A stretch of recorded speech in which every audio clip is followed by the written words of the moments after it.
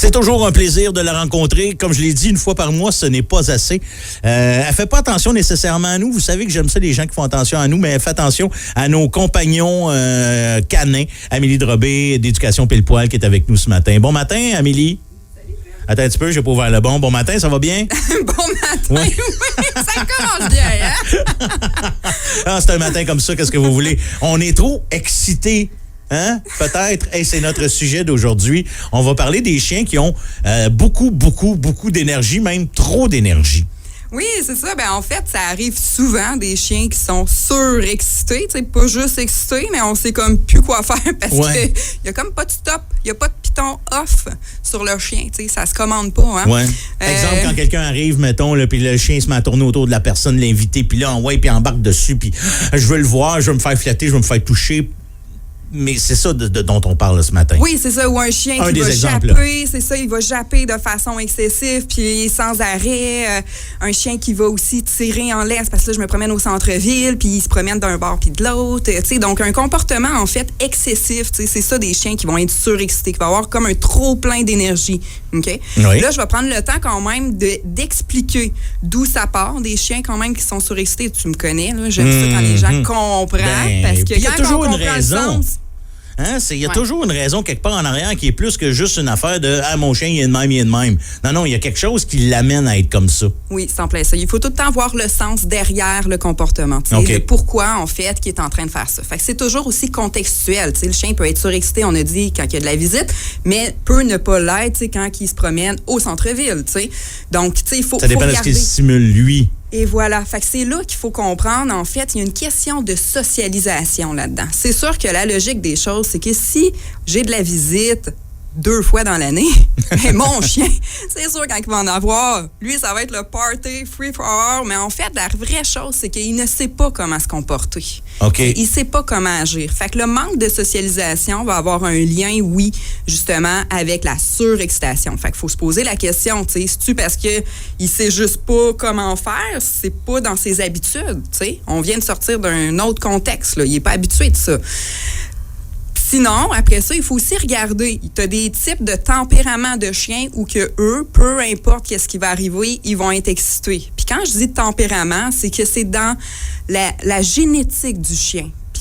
Exemple, Amélie. Moi, j'en ai un exemple qui me vient en tête tout de suite, le Jack Russell.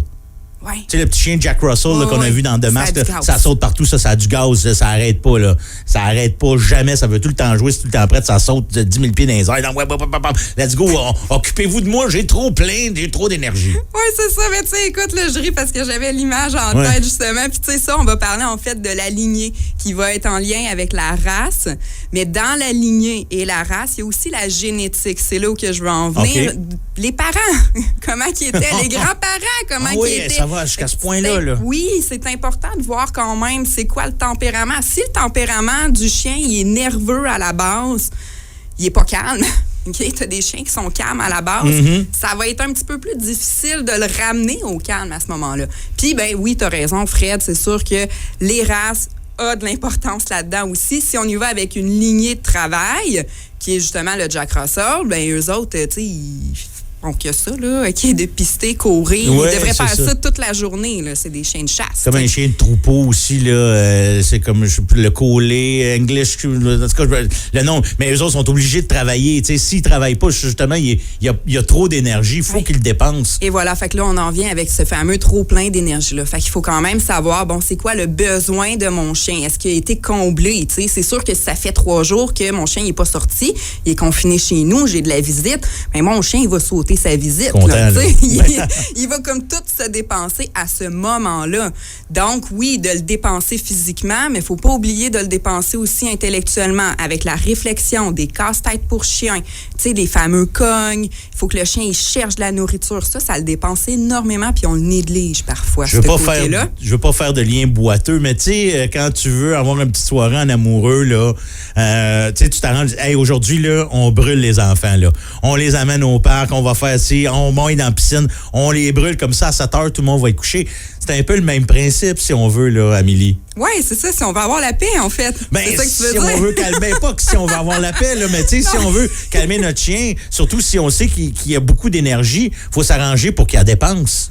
Oui, ben La oui, chronique c'est justement, animalière c'est vous a été logique, là, en présentée fait. par la Puis c'est boutique ça du qu'il faut. Un Compagnon. chien, Venez ça rencontrer- reste qu'il faut savoir comment faire pour bien le dépenser dans son espèce. Tu sais, c'est l'espèce canidée. Donc, il chasse, il court, il va sentir, il va renifler. Tu sais, la dépense énergétique olfactive de pister, c'est tellement essentiel. Fait que justement, je peux donner un petit truc rapide aussi. Allons-y.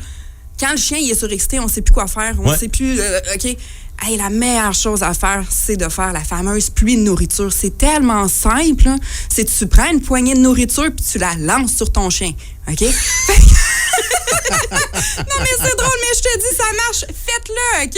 Ça paraît assez fou, on s'entend. On la garage pas sur le chien, OK? Là, mais tu sais, on y va quand même en douceur. Et c'est juste pour détourner l'attention du chien. Si le chien, il mange pas cette nourriture-là, ça te donne déjà une indication en disant qu'il utilise pas son nez.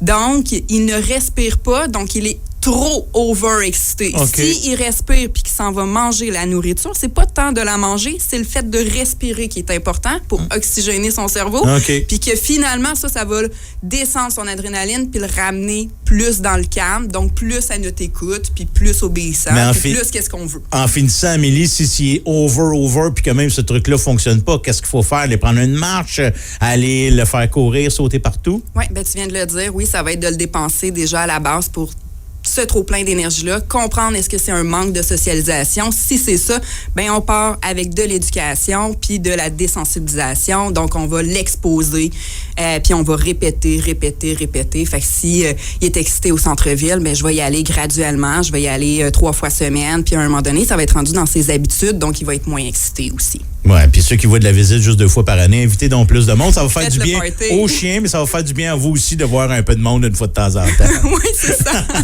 Amélie, si on veut en savoir plus pour tes conseils, on voudrait te contacter, on voudrait faire appel à tes services, comment je peux faire? Oui, par le biais de Facebook sur Éducation Pile-Poil. Sinon, mon numéro de téléphone, le 819-806-1088. Et je rappelle, toutes nos chroniques, nos entrevues sont toujours en rattrapage sur le site du Haut-97. Toi, Amélie, je te souhaite un bon mois et on va se reparler au début du mois de juillet. Oui, merci à toi aussi, Merci, Fred. bye-bye.